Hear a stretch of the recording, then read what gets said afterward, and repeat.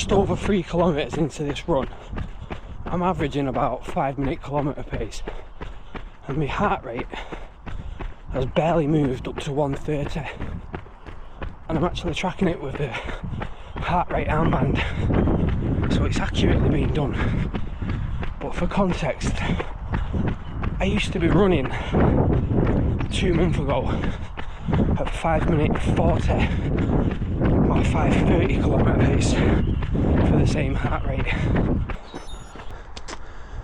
And my run done.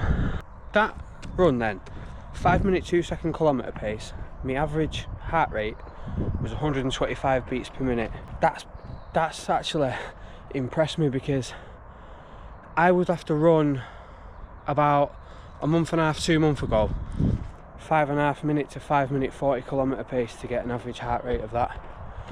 And since I've been pushing that pace on my easy runs to 5-minute kilometre pace, it's slowly brought that heart rate down, where that's a big improvement. Anyway, it means nothing on your easy days until you get the results on your hard days, but it's not like I've not been getting the results anyway. My running's going well. Good early morning run, 5 AM, set me up for the day, get back, get some breakfast, get to work. Oh yes. Successful morning so far, 6.5 kilometres, getting to work before the sun comes up. Go in here now, have a coffee, see what the dance is. I've got about 20 minutes before I start work officially, so I've got time to have a coffee and sort out what bus I'm on and stuff like that. Get ready for the day. Today is a busy one for me. It's Liam and Kay's birthday, and I'm in work at basically just gone 5:30. So I've had to get up at 3:30, get me run done now, get back, get a shower, get to work. It's just fitting it in, that's all, fitting everything in today. With it being New Year's Eve and everything as well. That's 8 kilometres, 5 miles, 5:05 kilometre pace average, heart rate average 130, so low. That was a nice run anyway to start the day. Hopefully get a little bit of structure back into my training this week. The good thing about me running lately is I've not been too focused on heart rate when I've been running, which has made it a little bit more enjoyable, because I've been pushing the easy days a little bit more than what I would usually do. So I've been keeping my easy days around about 5-minute kilometre pace, or just under 5-minute kilometre pace, around that, under 5 minute or a little bit over. But before, when I was tracking my heart rate, when I had the Garmin heart rate, chest strap and stuff, I was getting a bit anal with the heart rate. It had to be at a certain level, and my running was always in zone 1 sort of thing, to try and keep it easy, because other people are looking at you running, and you don't want other people to think, well, that's not easy for him and all that. And then I'm thinking, I need to keep it easy for myself, never mind what other people think, because 5-minute pace per kilometre is not easy for me, so I shouldn't be running that if it's not easy. But then you have to realise that everyone has a different training stimulus that makes your body tick, that pushes the envelope to get you faster. So I just threw caution to the wind. When I had no heart rate armband or anything, I wasn't using the Garmin one, obviously, because I got the Coros watch, and I was just running. I thought, all my easy days are going to be 5-minute kilometre pace now, 5-minute kilometre pace. And it's worked. My 5k went down to 18:47 after about 4 weeks of doing this 5-minute kilometre pace easy running. I was doing my speed work as I was, but I wasn't keeping all my easy running in zone 2. In zone 1, I was putting it in zone 2 firmly, and I like it. If there's one thing I'm going to take into 2025, it's not being too cautious with everything and not reading too much into data, because I can just look back on sessions and periods of time in my training where I've ran really, really well, and the running that I was doing then, and I know exactly what to do to make myself better, because I've seen the progression go good for myself in the past. So it's sort of like the blueprint is there. If you've done it before, if you've ever done something before, the blueprint is there to do it again and keep doing it well. If you've never done something before, you're always trial and error to get to where you need to be. But if I've already done it and you can see what works, If it ain't broke, don't fix it. That's my motto. Anyway, what am I on? I'm on an early today. I've got to be in there in the next 10 minutes. So I'm going to finish this can of Pepsi Max and then slot myself into work.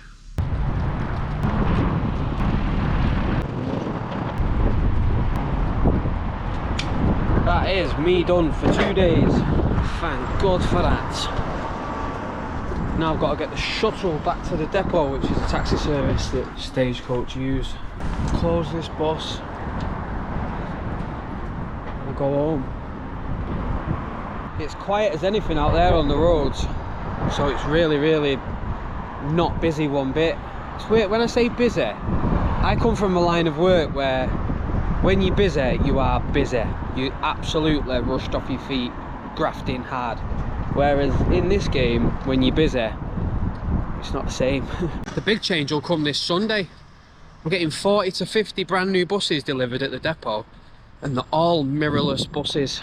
So they all have cameras fitted on the outside, and the mirrors / cameras that we look at are going to be on the inside. So instead of looking on the outside in the mirrors, we've got to be looking on the inside at the cameras, so that'll be a bit weird to get used to. But it is what it is. Start New Year's Day off with a horrible interval session. My session today is 2x4 minutes, 4x90 seconds, which doesn't sound much, but it's going to be 4 minutes running between, I'd say around about 5k pace if I can make it today. And then a 90-second recovery, then 4 sets of 90 seconds running with 1 minute recoveries in between that. Then have a 3-minute break, then do it again. I'm not feeling it one bit, but it is what it is.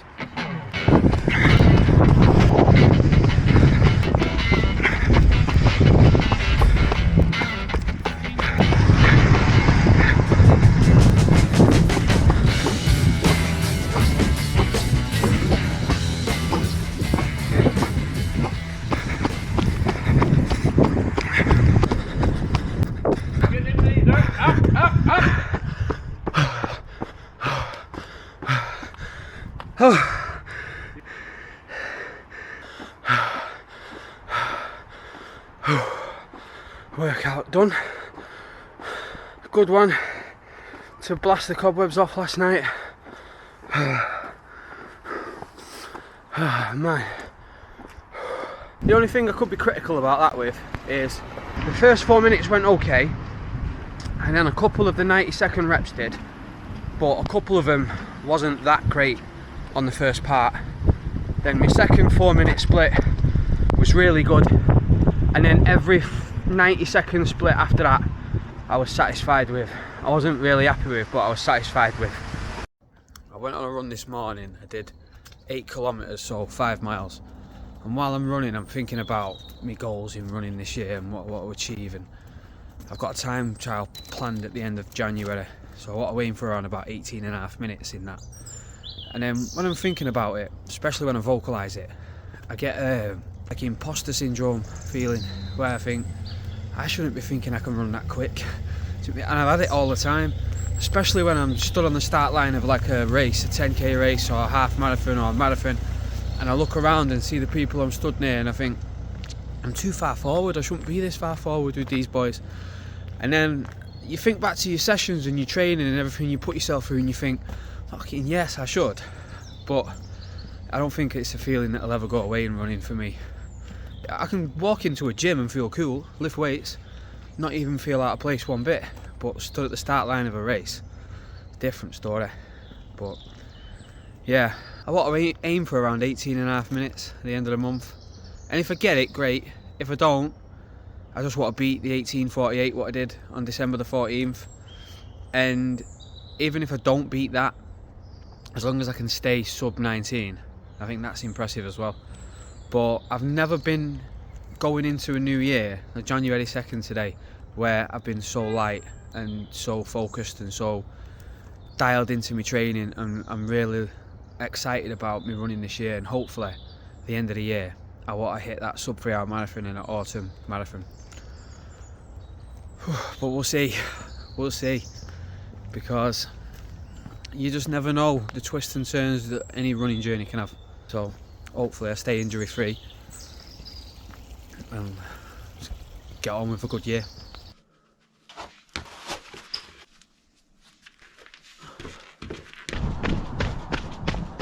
Getting out at 5 in the morning and going for a run never gets easier.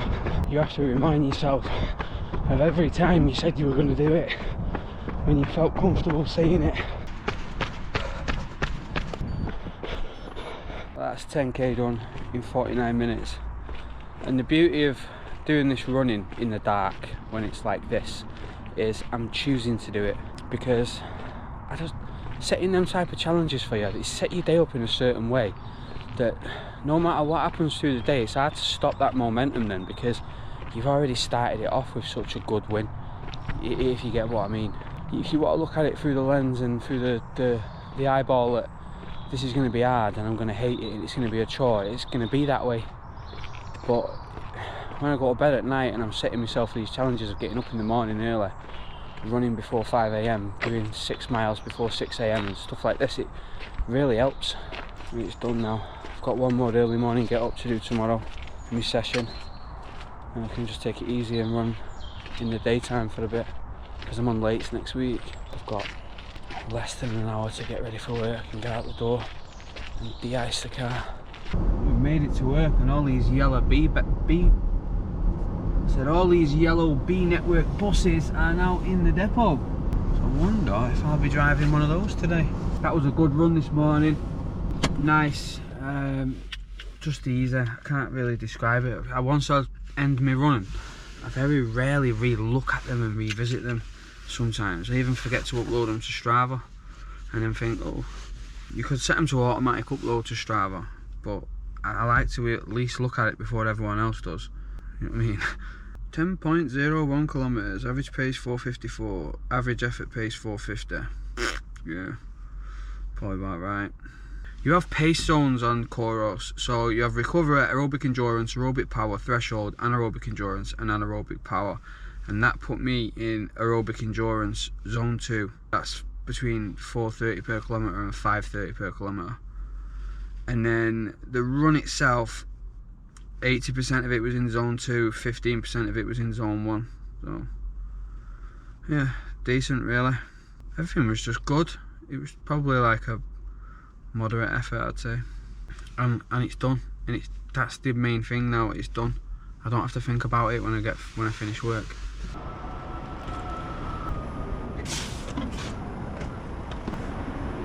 You know what I've done in the past with my training? What I've always done with the 5k anyway, is I've always had my 5k down to a nice time, get it to between 18:10 and 18:20, and then what I do is I bunny up to the next distance. Like, I see a lot of people do that, like the status, oh, you get quick at a certain distance, then you move. I'm not doing that now. That's why I'm staying with the 5k. I said this last year, and I sort of changed my training a little bit and started to do some 10k specific stuff for a week or two, and then I had to remind myself, no, don't do it. Because when you change your training to the 10k, you change your paces to the 10k paces, and then you lose that 5k stuff. I'm staying with the 5k now, and I'm going to drive that down the best I can, and hopefully I'll get that below 18 minutes before the summer. That's a bit of a bold target in it, but hopefully I can get that below 18 minutes before the summer, and then a strong 5k will always lead to a strong 10k. So that's going to be my goals, and then hopefully then bounce into a nice bit of marathon training in the autumn, and then do a half marathon at some point in the training for that. But if I can get me 5k below 18 minutes before the summer, around summertime, and then hit the Wilmslow Summer 10k for a good 10k PB attempt, I'll be happy with that.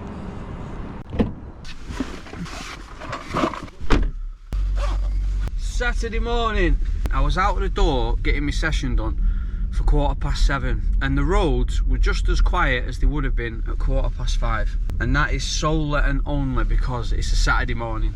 Look at all these brand spanking new 74 plate B network buses. These are the mirrorless buses I was talking about, with cameras fitted instead of mirrors. So you've got 2 cameras fitted there, and the monitors are in there. To be fair, they look pretty cool. So these are the ones where you've got, there's the monitor there and there's the monitor there, and it's all cameraed up and everything. Looks actually smart, doesn't it? You got the ticket machine here, but it's getting working sign on. We actually can't use these yet because they've got Metroline Sharston wrote on them. They don't come into play till tomorrow, January the 5th.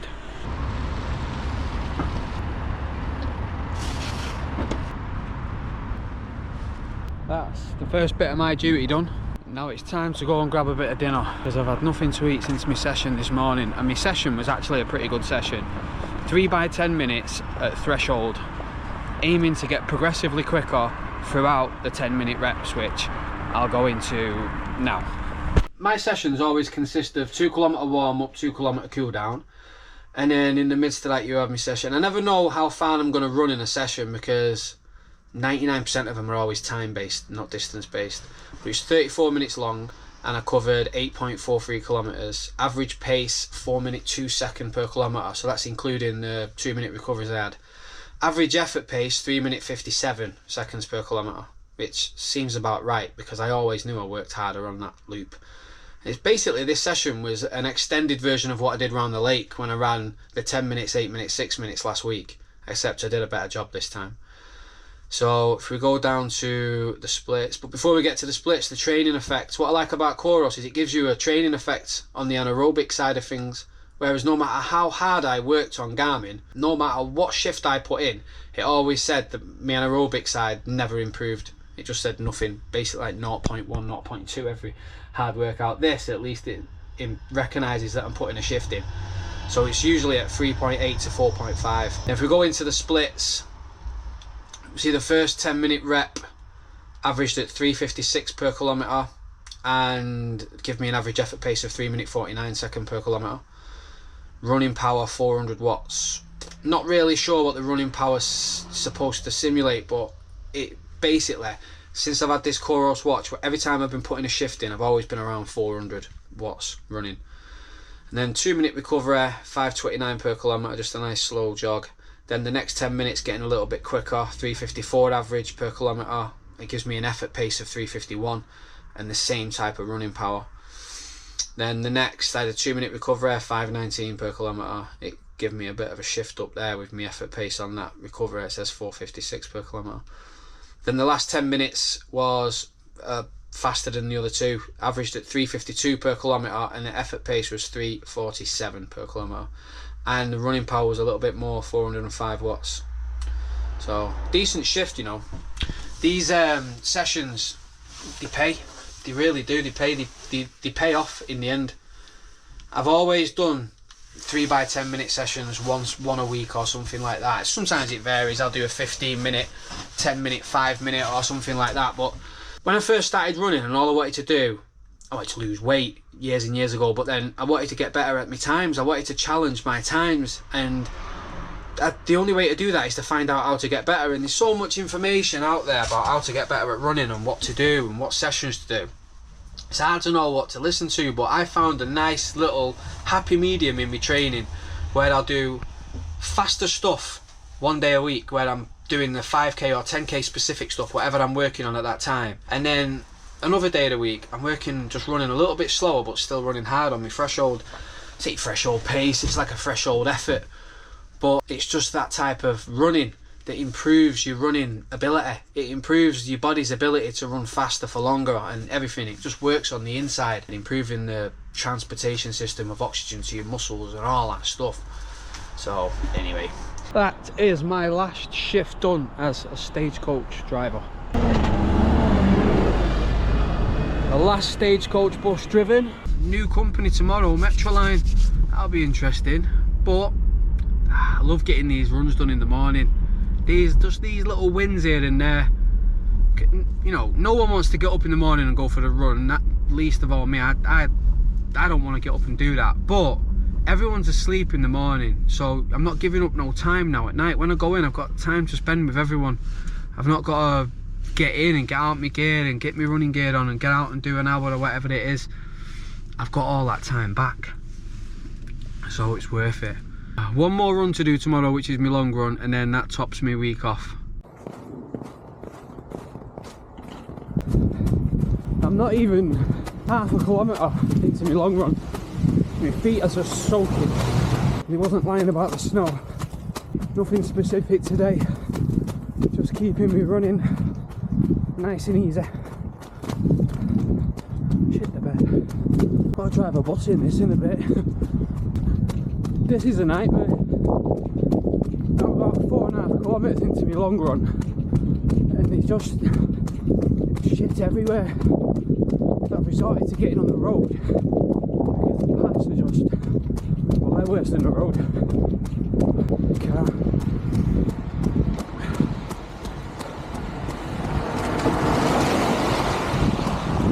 At the pace that I'm running at now, my heart rate's way too high. I've not been able to switch off one bit and put my legs into autopilot where I can just run. I'm constantly thinking of where I'm putting my feet and what the ground's like. It's hanging. I don't know how anyone can say go out and have some fun in this. Running isn't fun anyway. Fucking ruthless it is. Give me a dry day with no wind, flat stretch of road all day. Anyway, it is what it is. I have no pace. Like I said, my heart rate's way too high. The pace I'm running at because of those reasons, because your mind can't switch off. So that elevates your heart rate. It's like 10 beats per minute higher than what it should be.